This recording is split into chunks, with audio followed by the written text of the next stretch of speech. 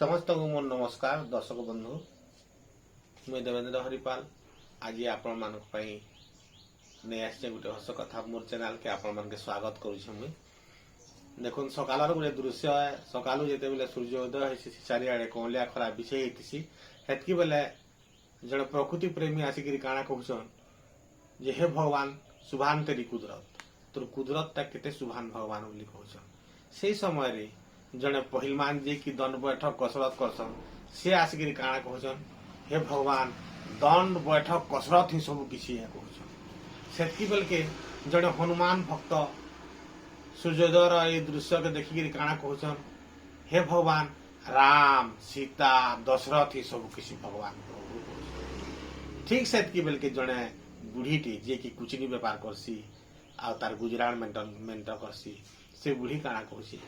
हे भगवान मिर्चा लहसुन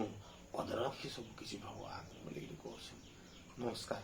समस्त को धन्यवाद।